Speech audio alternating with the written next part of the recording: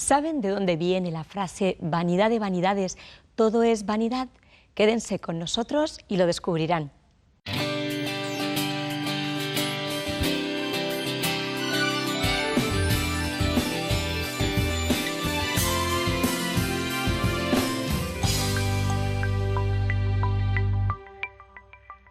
Hola amigos y amigas, muy bienvenidos a Buenas Noticias TV.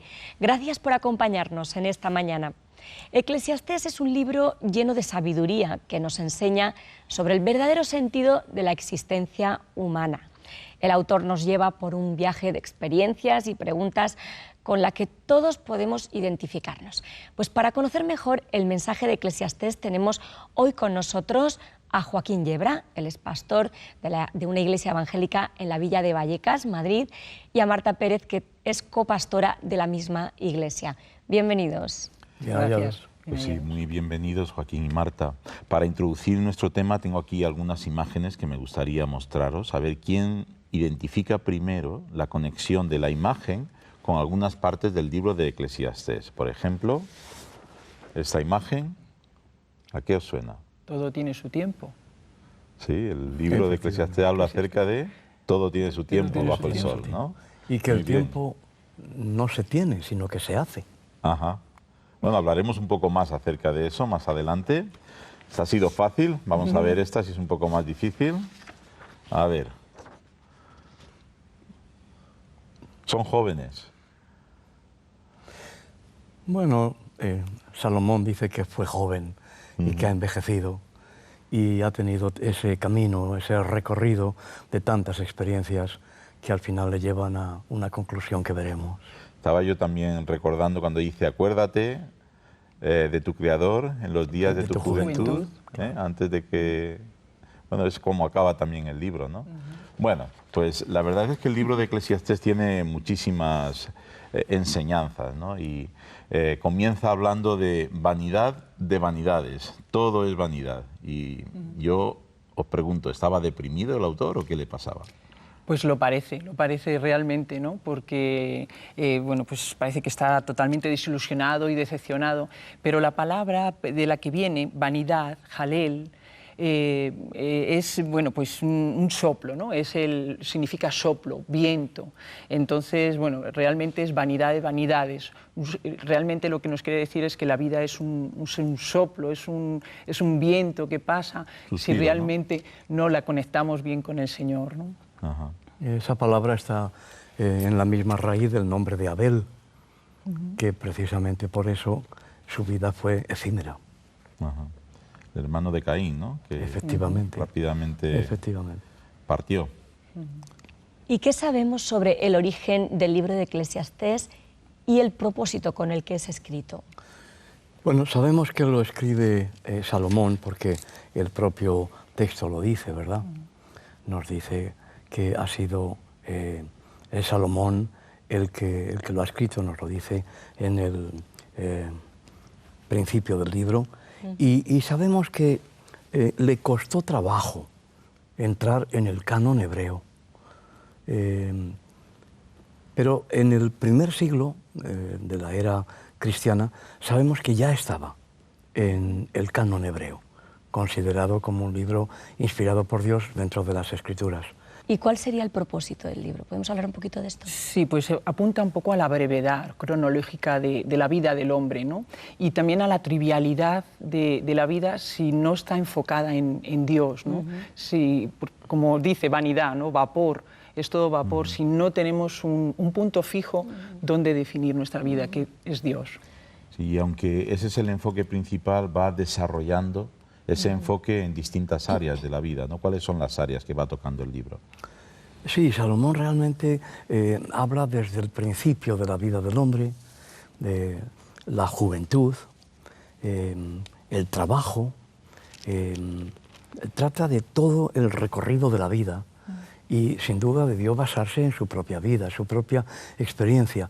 Un hombre que lo tiene todo, que es un rey no al estilo de los reyes de nuestros días en Occidente, sino que es realmente un déspota oriental, que puede disponer de la vida y haciendas de todo el mundo.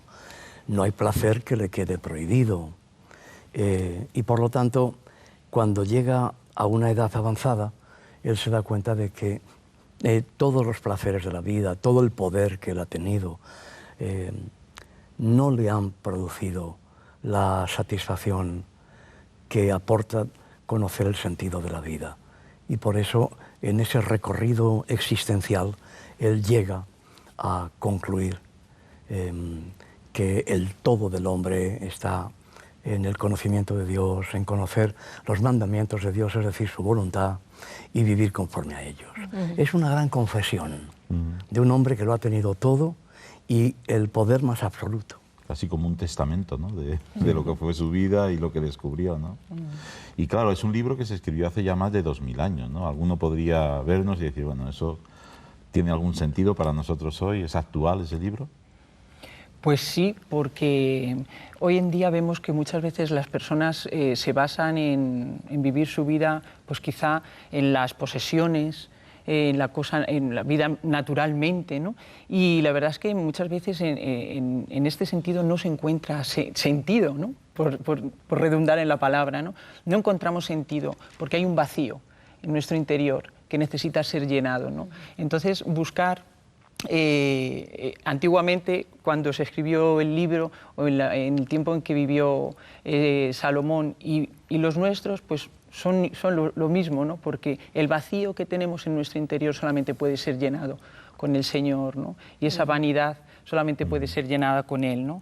Por lo tanto, también el libro nos enseña que hay lugar para la fe, que hay lugar para Dios en nuestras vidas, ¿no? Y ahí es donde podemos buscarlo, ¿no?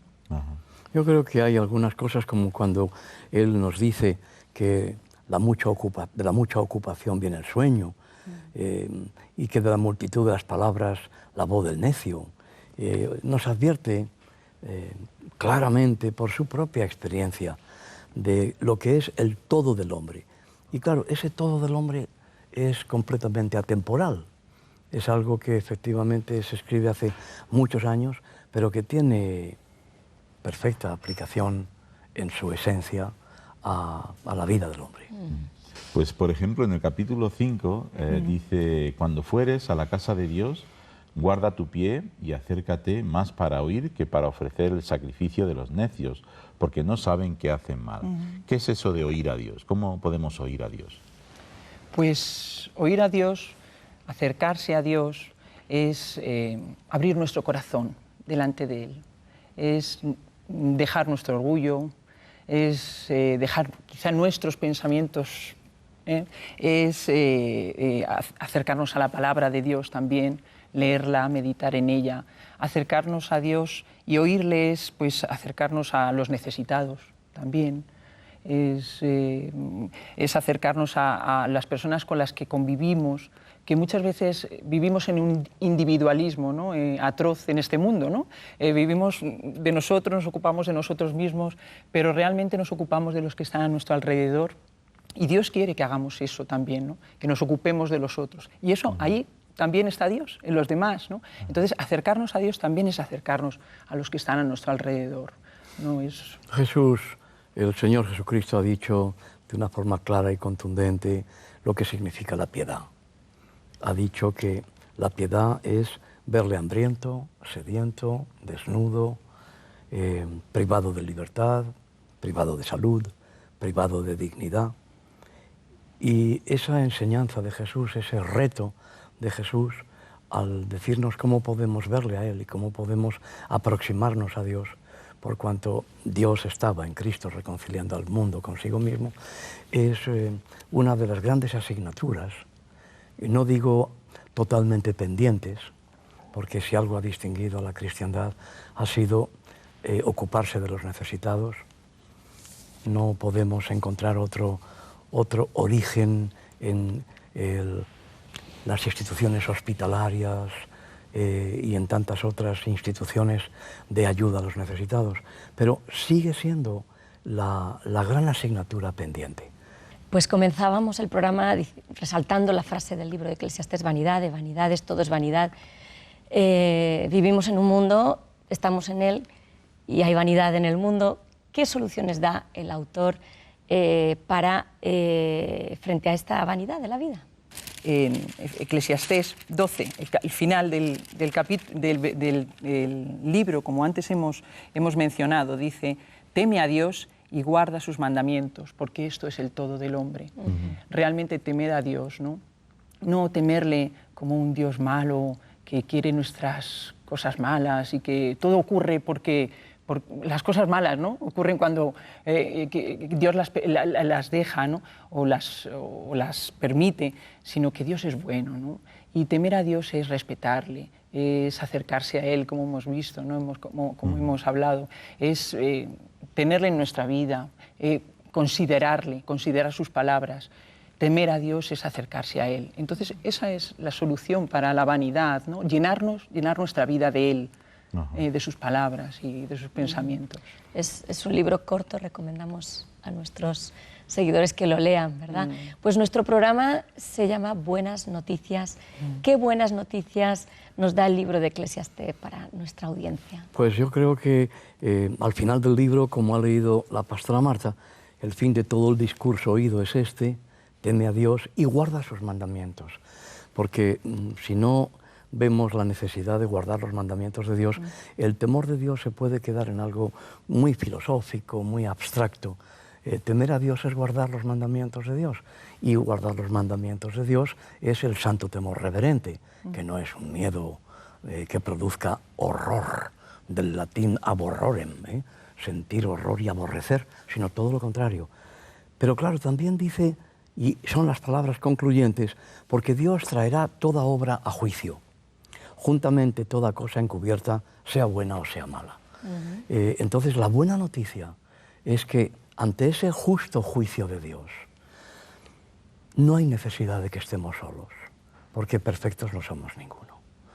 Y ante la justicia divina perfecta, más allá de cualquier comprensión humana de la perfección, todos seríamos hallados culpables. Pero Dios es misericordioso. Y la palabra del Señor nos dice también, la Escritura, que la misericordia triunfará sobre el juicio. Y esa misericordia se expresa de muchas maneras, porque Dios ha hablado muchas veces y de muchas maneras, como dice la carta a los Hebreos, a los padres por los profetas, en estos postreros tiempos, en estos últimos tiempos, por el Hijo. Y esa es la buena noticia, que el Hijo, Jesucristo, unigénito del Padre, en quien Dios ha venido para estar entre nosotros como uno de nosotros y dar su vida por nosotros, esa sangre que Él ha derramado nos limpia de todo pecado. Bueno, una buena noticia que desde aquí queremos transmitir a toda nuestra audiencia, y que sobre todo queremos animar a que lean en el libro de Eclesiastés acerca del juicio de Dios, pero lean también en el Evangelio acerca de la salvación que hay en Cristo, ¿no? Muchas gracias por acompañarnos esta mañana, Joaquín, Marta, y encantados de teneros en alguna otra ocasión. Gracias. Pues terminamos ya, pero antes de despedirnos queremos dejaros con una nueva pregunta que podéis responder en el Facebook de Buenas Noticias TV. Y es la siguiente: ¿qué versículo de Eclesiastés tiene un mensaje más actual para nuestros días? Entra en el Facebook de Buenas Noticias TV y responde, déjanos tus comentarios si lo deseas. Antes de marcharnos, queremos animarte a leer la Biblia, y si todavía no lo tienes, queremos regalarte este Evangelio de San Juan. Llámanos al teléfono 91 743 4400 y te lo haremos llegar gratis. Es un regalo que hacemos como parte de la campaña permanente de promoción de la lectura de la Biblia de las iglesias evangélicas. El teléfono, repito, es el 91 743 4400.